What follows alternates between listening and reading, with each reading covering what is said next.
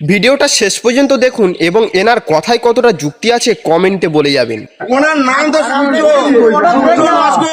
আর এখানে হরিনাম বিক্রি হয় দিনব কৃষ্ণ ঠাকুর আর কৃষ্ণের বলতে যে ওষুধ নিজে কৃষ্ণের নাম রেখে রেখেছে আমার ব্যবসা হবে না বন্ধ বানাতে পারবো না।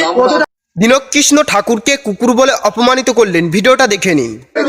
তুমি নিজে কুকুর ঠাকুর হয়েছো। ওনার আসল নাম সূর্য নস্কর, উনি নামটা পরিবর্তন করে দীনকৃষ্ণ ঠাকুর রেখেছেন। সেজন্য একজন ব্যক্তি বললেন তুমি নিজে কুকুর ঠাকুর হয়েছো। তো ওই ব্যক্তির কথা কতটা যুক্তিসঙ্গত বলে মনে হয় আপনি কমেন্টে জানাবেন। দীনকৃষ্ণ ঠাকুরকে অনেকজন মিলে আটকে একটি কোশ্চেন করেছে, কোশ্চেনটা দেখে নিন।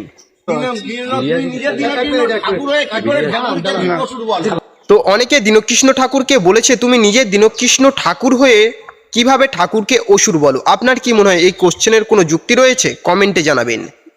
মানুষের মুখে হরে কৃষ্ণ নাম তো শুনেছেন, কিন্তু এই কয়েকদিন ব্যাপী মানুষের মুখে দীনকৃষ্ণ নামের সমালোচনা শোনা যাচ্ছে। কিন্তু কেন জানেন? কারণ মানুষ রেগে গিয়ে দীনকৃষ্ণর গায়ে হাত তুলেছে। এটাকে আপনি কতটা সমর্থন করেন কমেন্টে জানাবেন। যারা দীনকৃষ্ণ বাবুর ভক্ত, দীনকৃষ্ণ বাবুর এই ভিডিওটা দেখেছেন, কোনো দেবী নয়, তার সত্ত্বেও সরস্বতী পুজোর দিন সকাল সকাল উঠে স্নান করে পুষ্পাঞ্জলি দিয়ে সারা দিন উড়েছেন, তারা ভিডিওতে কমেন্ট করবেন সত্যের সন্ধানে দীনকৃষ্ণ বাবুর ভক্ত, তাই সত্যি কথা বলে যাবেন।